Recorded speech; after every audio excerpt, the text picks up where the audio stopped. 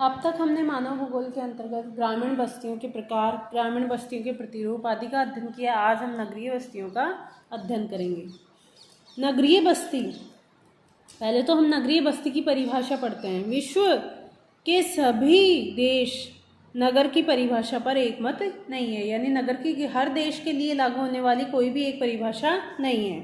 प्रत्येक देश जनगणना की दृष्टि से नगरीय बस्ती की अलग अलग परिभाषा रखते हैं। प्रत्येक देश में नगर के लिए अलग अलग परिभाषा है। इस दृष्टि से विश्व के नगरों को दो वर्गों में विभाजित किया जा सकता है। पहला तो वह देश, प्रथम वर्ग में वे देश आते हैं जिनमें बस्ती की जनसंख्या आकार को आधार मानकर नगरों को परिभाषित किया गया है, अर्थात वे देश जिसके अंदर निश्चित जनसंख्या के आधार पर नगरीय बस्ती को परिभाषित किया गया है। जैसे कि मान लो 5,000 से अधिक जनसंख्या वाली बस्ती को ही नगरीय बस्ती कहा जाएगा, 10,000 से अधिक जनसंख्या वाली बस्ती को ही नगरीय बस्ती कहा जाएगा। ऐसे कुछ देश है जैसे कि डेनमार्क, स्वीडन और फिनलैंड में 250 से अधिक जनसंख्या वाले बस्ती को नगरीय बस्ती कहा जाता है। आइसलैंड में 300 से अधिक जनसंख्या वाली बस्ती को नगरीय बस्ती कहा जाता है। इस प्रकार से ये सारे जो देश हैं जैसे कि Iceland, Scotland, Venezuela, Canada, Germany, Czechoslovakia, France, पुर्तगाल, Argentina, America, Ghana, Belgium, Switzerland, CIS यानी स्वतंत्र राष्ट्रों का राष्ट्रकुल, जापान आदि देशों में क्या है, जनसंख्या को आधार मानते हुए नगरीय बस्ती को परिभाषित किया गया है। दूसरे वर्ग के अंतर्गत वे देश आते हैं जिनमें न्यूनतम जनसंख्या आकार के साथ कुछ अन्य शर्तें भी जोड़ दी गई है, यानी उसमें जनसंख्या का आधार तो है लेकिन उसके साथ साथ कुछ अन्य जो शर्तें हैं वो भी जोड़ी गई है। जैसे कि भारत, अन्य कौन कौन सी शर्तें जोड़ी गई है? जनसंख्या घनत्व, जैसे भारत में नगरीय बस्तियों के लिए न्यूनतम जनसंख्या घनत्व 1000 व्यक्ति प्रति मील या फिर 400 व्यक्ति प्रति वर्ग किलोमीटर है, अर्थात वे नगरीय बस्तियां जहां पर क्या होगा, 400 व्यक्ति प्रति वर्ग किलोमीटर से अधिक घनत्व होगा उसे ही नगरीय बस्ती कहा जाएगा। उसके साथ साथ इसमें आर्थिक आधार भी जोड़े गए हैं। जैसे कि भारत में नगरीय बस्तियों के लिए यह आवश्यक है कि 75% पुरुष कार्यशील जनसंख्या गैर कृषि कार्यों में संलग्न हो, अर्थात जो उस क्षेत्र की 75% क्या पुरुष कार्यशील जनसंख्या है वो गैर प्राथमिक कार्यों में संलग्न होनी चाहिए। अब प्रशासनिक आधार, चिली में वह बस्ती नगरीय बस्ती कहलाती है जो सार्वजनिक व म्युनिसिपल सेवा का कार्य करती है। भारत में भी ये प्रशासनिक आधार रखा गया है कि वे ही क्षेत्र नगरीय क्षेत्र कहलाए जाएंगे जिसमें क्या होगा, जो किसी नगरीय अधिसूचित क्षेत्र जैसे कि नगर पालिका, नगर निगम, कैंटोनमेंट बोर्ड आदि के अधीन आते हो। तो इस प्रकार से भारत ऐसा देश, अगर भारत की हम बात करें तो वो ऐसा देश है जिसमें नगरीय बस्ती की परिभाषा के लिए 4 शर्तें आवश्यक है। वैसे किसी भी क्षेत्र को हम नगर तभी कहेंगे जब वो 4 शर्तों को पूरा करता हो। पहली शर्त है न्यूनतम जनसंख्या, तो न्यूनतम जनसंख्या में भारत के लिए निर्धारित है 5000 से अधिक जनसंख्या होनी चाहिए, यानी वह क्षेत्र जिसकी जनसंख्या 5000 से अधिक हो। दूसरी शर्त है जनसंख्या घनत्व 400 व्यक्ति प्रति वर्ग किलोमीटर से अधिक होना चाहिए। तीसरी शर्त है उस क्षेत्र की 75% पुरुष कार्यशील जनसंख्या।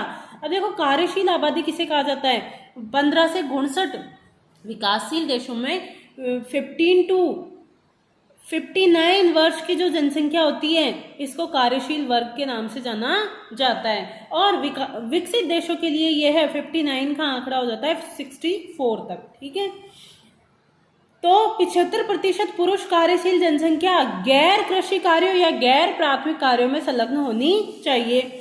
और चौथा इसका आधार है नगरीय बस्ती का कि वह किसी न किसी नगर पालिका, नगर निगम या नगर अधिसूचित क्षेत्र जैसे कैंटोनमेंट के बोर्ड के अधीन आना चाहिए। तो इस प्रकार किसी भी बस्ती को नगरीय बस्ती घोषित करने से पहले उसका 4 शर्तों का पालन करना आवश्यक है। ये तो हो गया नगरीय बस्ती को परिभाषित करने के लिए आवश्यक तत्व। इसके बाद हम अध्ययन करते हैं नगरों का बसाव स्थान व बसाव स्थिति, जिसे कहा जाता है साइट व सिचुएशन।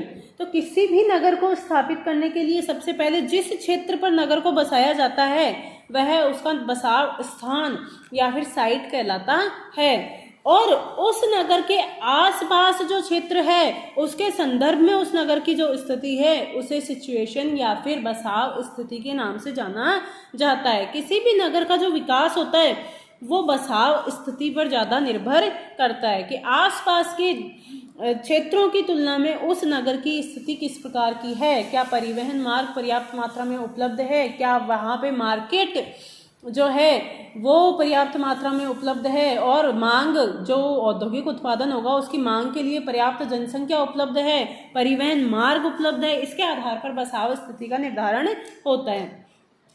तो किसी भी नगर का विस्तार किस दिशा में होगा, देखो किसी भी नगर का विस्तार किस दिशा में होगा ये उसके बसाव स्थान पर निर्भर करता है। बसाव स्थान का मतलब होता है कि नगर किस प्रकार के उच्चावच पर बसा हुआ है। मान लो ये एक नगर है, ठीक है, तो इसके पश्चिमी भाग पे मान लो कोई पहाड़ी क्षेत्र है, ठीक है, और पूर्वी भाग ये जो है पूर्वी क्षेत्र ये क्या है, बंजर है। मान लो ये क्षेत्र क्या है, बंजर है, और ये पहाड़ी क्षेत्र है। तो अगर नगर का विस्तार की हम बात करें तो नगर का जो विस्तार होगा वो इसका उत्तर और दक्षिण में ही होगा। यहाँ पे मान लो मैदानी क्षेत्र है और यहाँ पर भी इसके मैदानी क्षेत्र है, तो हम देखेंगे इस पहाड़ी क्षेत्र ये क्या होगा, नगर के विकास में बाधा उत्पन्न करेगा। तो नगर का बसाव कभी भी पश्चिम की तरफ नहीं होगा इस आधार पर। और इधर बंजर भूमि है तो इधर की तरफ भी नगर का बसाव जो होगा, अपेक्षाकृत विस्तार जो होगा वो क्या होगा, कम होगा। इस प्रकार की अगर साइट इस प्रकार की है बसाव स्थिति, तो नगर का विस्तार उत्तर और दक्षिण में ही होगा।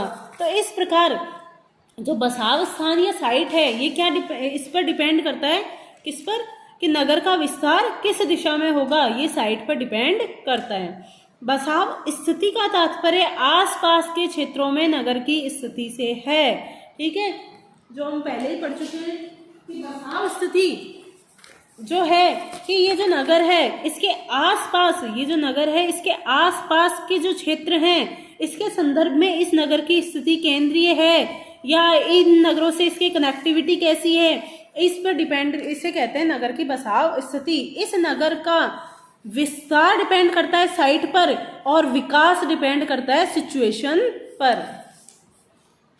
बसाव स्थान वास्तव में बसाव स्थिति का ही छोटा अंग है, ठीक है। बसाव स्थान तो स्पेसिफिक होता है जबकि बसाव स्थिति क्या होती है, व्यापक होती है।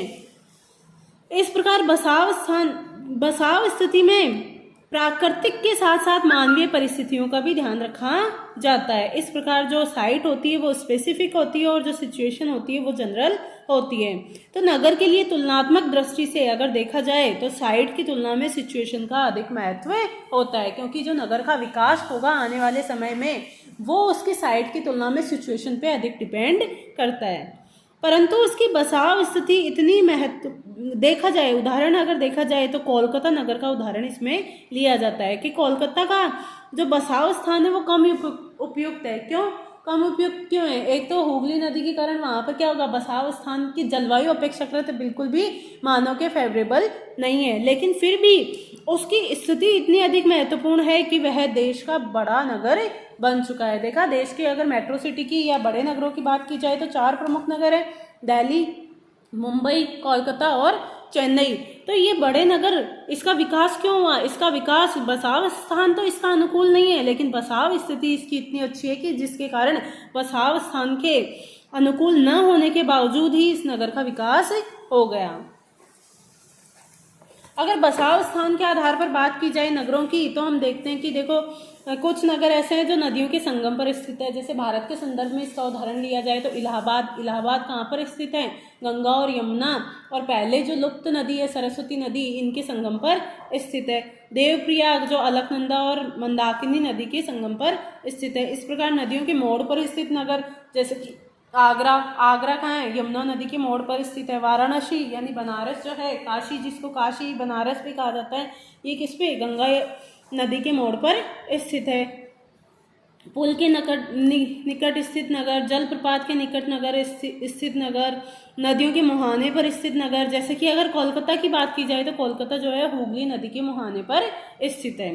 झील के किनारे स्थित नगर जैसे कि शिकागो मिशिगन के किनारे पर, और जो डुलुथ शहर है वो सुपीरियर झील के किनारे पर स्थित है, और जो डेट्रॉइट है वो हुरन झील के किनारे पर स्थित है। इस प्रकार से अगर देखा जाए तो बसाव स्थान के आधार पर विभिन्न प्रकार के नगर पाए जाते हैं। जैसे कि नदियों के टापू पर स्थित नगर जैसे पेरिस, पर्वत व मैदान के मिलन स्थल पर स्थित नगर जैसे कि देहरादून, पठानकोट, कालका, सिलीगुड़ी, मरुस्थल के समीपवर्ती क्षेत्रों में स्थित नगर जैसे कि टिम्बक्टू, बंदरगाह पर स्थित नगर जैसे कि जिब्राल्टर, हांगकांग, सिकंदरिया, पहाड़ों के शिखर पर बसे नगर जैसे कि एडिनबरा, एथेंस, चित्तौड़, और दो विभिन्न प्रकार के उच्चवच के बीच स्थित नगर, ये इंपॉर्टेंट है। ऐसे स्थानों में परिवहन साधनों के परिवर्तन के कारण नगरों का विकास हो जाता है। क्यों? ये ऐसे क्षेत्र हैं जैसे कि किसी भी पर्वत की तलहटी पर स्थित नगर, अब उन क्षेत्रों में क्या होगा, क्योंकि ये मैदानी और पहाड़ी क्षेत्रों के संगम पर स्थित है, तो जो मान लिया जाए जैसे कि काठगोदाम का हम उदाहरण लेते हैं, जम्मू तवी का उदाहरण लेते हैं, तो ट्रेन सेवा यहीं पे ख़त्म हो जाती है, इसके आगे हमें उपलब्ध नहीं होती।